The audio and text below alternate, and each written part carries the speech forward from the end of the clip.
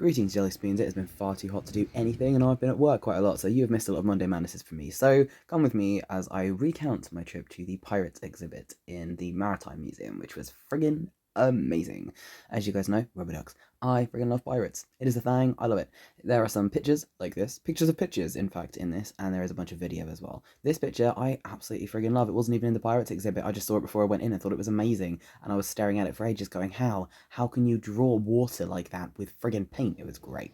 So anyway, here we go into the pirate exhibit and look at all the stuff. Actually, no, I take it back. This isn't the pirates exhibit. I'm not re-recording this. Why not? We'll just go with it.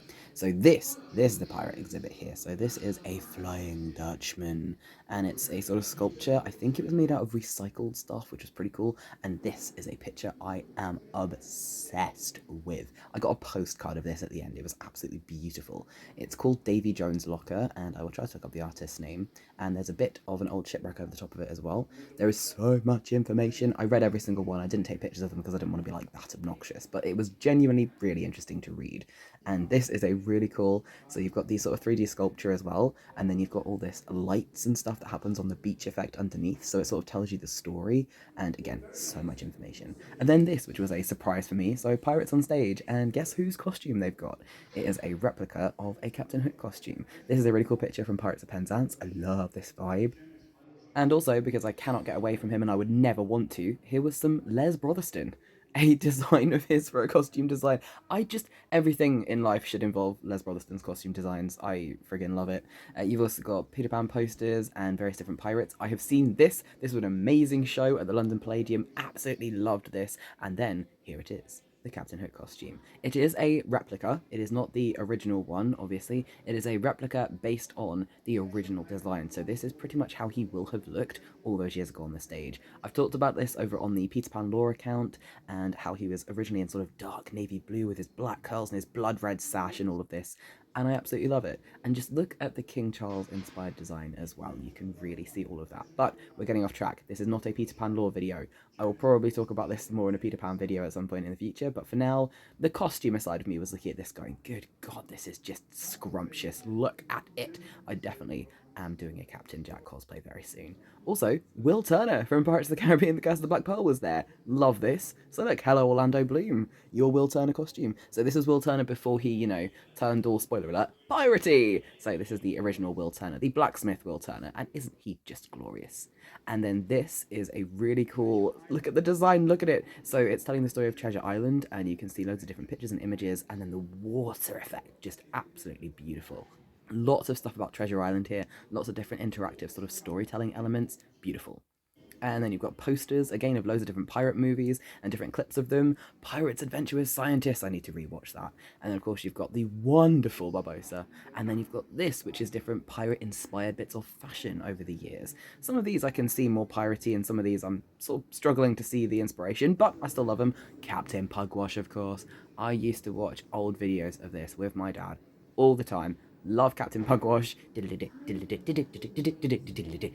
So yeah, love Captain Pugwash. Very happy he was involved there. You also had some really beautiful different sculptures and pieces of artwork and creative projects that have been done more recently, and it talks about sort of more recent effects and piracy and the LGBTQ community as well, which I absolutely adored. This is a piece of a design that was made, so in the pictures just down there you could see the full design, so it had like a skirt and a bodice, and then this was the top with all the tattoos and everything. And then we have, our flag means death. Love it. I was hoping they would be involved somewhere, and what a beautiful picture.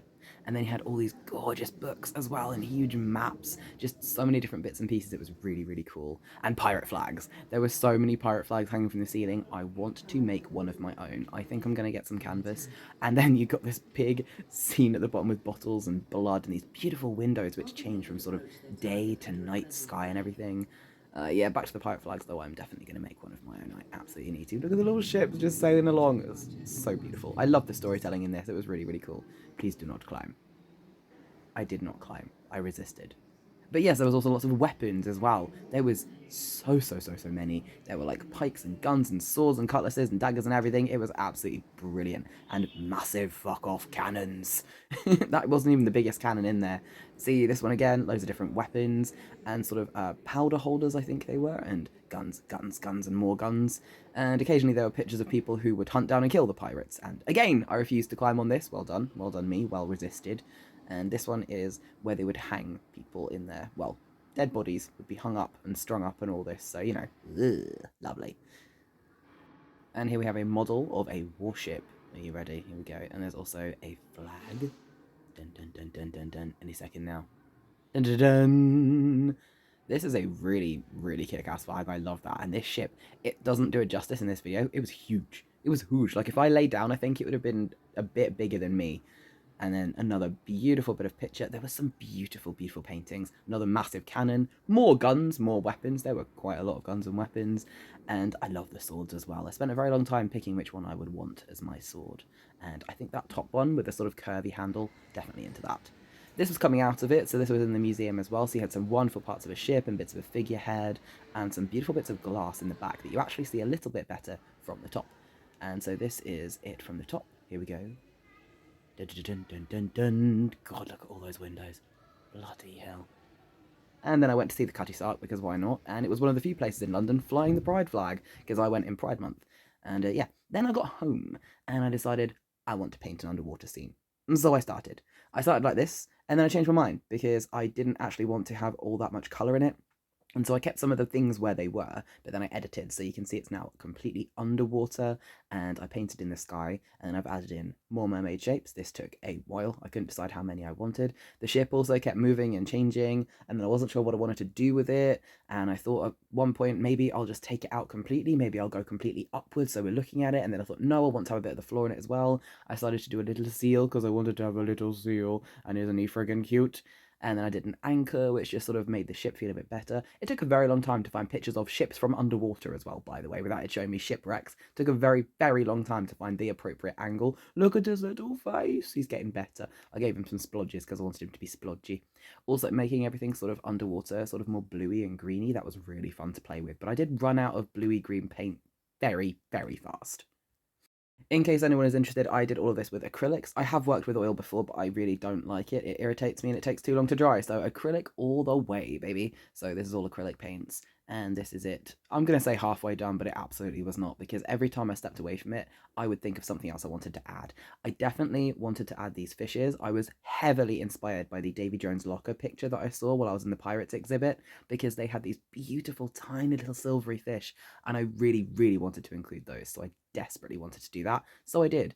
I then included some extra fish, some sort of stingray type fish, and some jellyfish as well. One of these jellyfish happened because I did an accidental white splodge, and I couldn't be bothered to cover it up with other bits of paint because I was running out of green at this point, so I decided to make some jellyfish, and actually I'm okay with that idea. Here is it, very nearly finished. I was about to add some finishing touches, and I was thinking there is things missing, so I went back into the sand and I did more creatures. So there are some little, throw the stingrays, look at them being cute and all the bubbles. I did these, so you got little pearl oyster things. They were so fun and yet so tricky to draw, but I really like how they came out. I decided very early on, as always, I wasn't going for complete realism. It was more a sort of fantasy-ish vibe, so I wasn't trying to make it look photorealistic, just sort of realistic so that you would get what it was, but it doesn't have to look crisp and exact. And I'm kind of happy with how it turned out. So we've got the cool little three mermaids, and then we've got the skull and the bones and the little seal and all the fish and the funky little shipwreck in the background, and then the swords and all the stuff from the ground. I really enjoyed that I added all the green stuff and algae onto that treasure chest. That really made me happy. And then we've got jellyfish too, and they're little schools of fish. And I really loved adding the barnacles onto the boat. It really sealed the deal for me, because I was so sure there was something missing. I didn't know what I was, like, what was it? I was trying to add things to the boat, and I was thinking, what? Barnacles and starfish all the way. And here it is, all finished and up on the wall. So this is the result of me visiting the Pirates exhibit. I now am definitely cosplaying Jack Sparrow. That will have to happen at some point. I still love pirates, and I've made a picture. Let me know what you guys have been doing in the comments down below. How are you celebrating Pride Month? It's probably over by this point that I'm posting this. I'm sorry about that. It's been too hot to do anything. Let me know what you guys are up to, and I'll see you very soon.